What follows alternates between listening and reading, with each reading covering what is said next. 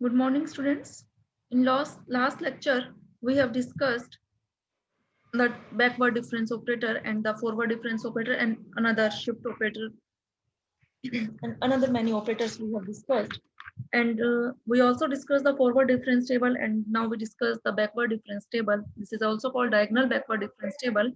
This table is also same as the forward difference table. In table, first is the arguments, second entries are called entries. X, values of X are called arguments and value of Y are called entries.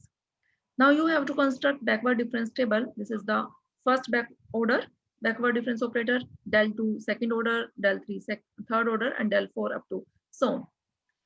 Now we calculate y1 minus y naught is equal to del y1, and you have to write these values in between y naught and y1. Similarly, y1 and y2 को use करके जो आपने value लिखनी है वो इनके centre पे लिखनी है, और वो del y2 की वैल्यू क्या आएगी, y2 minus y1.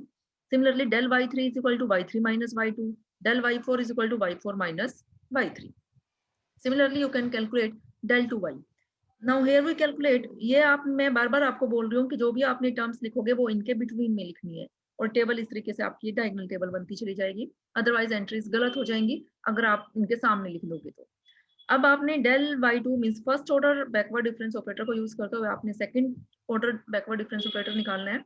Means del y2 minus del y1 क्या बनेगा आपका, del 2y2. del y3 minus del y2 क्या बनेगा, del 2y3. del y4 minus del y3 बनेगा आपका del square y4.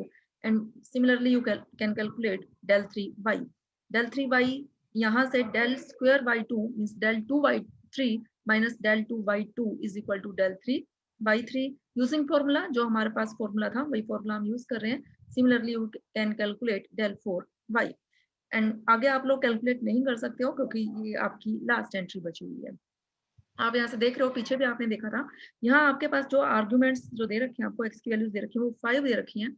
जितने आपको वैल्यूज दे रखी होंगी उससे एक कम ऑपरेटर तक आप लोग सोल्व कर सकते हो, निकाल सकते हो.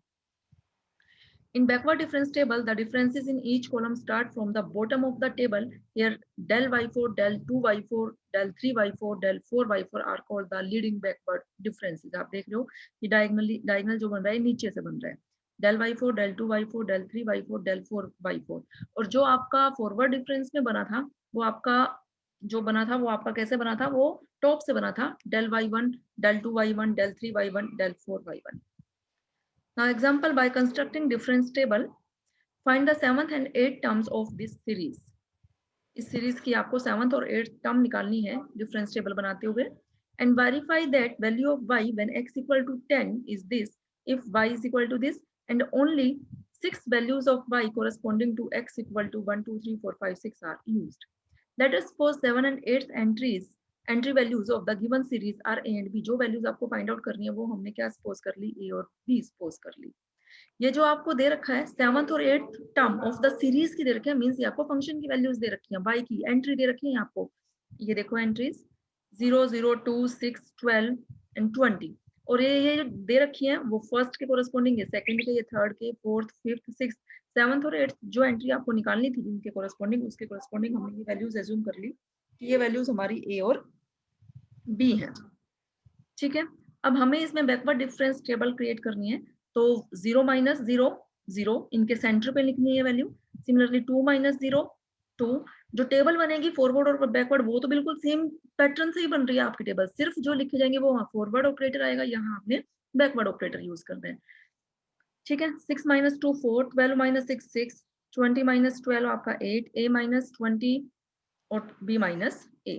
उसके बाद आपने सेकंड डिफरेंस ऑपरेटर जब यूज करोगे, second order 2 minus 0 2, 4 minus 2 2, 6 minus 4 2, 8 minus 6 2, a minus 20 minus 8, a minus 28 और b minus a minus this is equal to b minus 2a plus 20. 2 minus 2 0, 2 minus 2 0, 2 minus 2 0, ये वैल्यू a माइनस 30 और ये value आ गई आपकी b minus 3 plus 48. अब आपको करना क्या है, a और b की वैल्यू फाइंड आउट करनी है. a और b की वैल्यू फाइंड आउट करने के लिए आप यहाँ दो चीजें नोट कर रहे हो. क्या आपने नोट किया यहाँ पे कि जो आपका सेकंड ऑर्डर डिफरेंस था ये आपका कांस्टेंट आ रहा है, और थर्ड ऑर्डर डिफरेंस जो चल रहा है वो आपकी ये सारी वैल्यूज क्या है, 0 है. तो यहाँ से देख लो ना सारी वैल्यूज 0 है, तो यहाँ से आप क्या बोल सकते हो, it is apparent from the table that third differences of the functions are 0 and the second differences are constant, obviously it must be a second degree polynomial.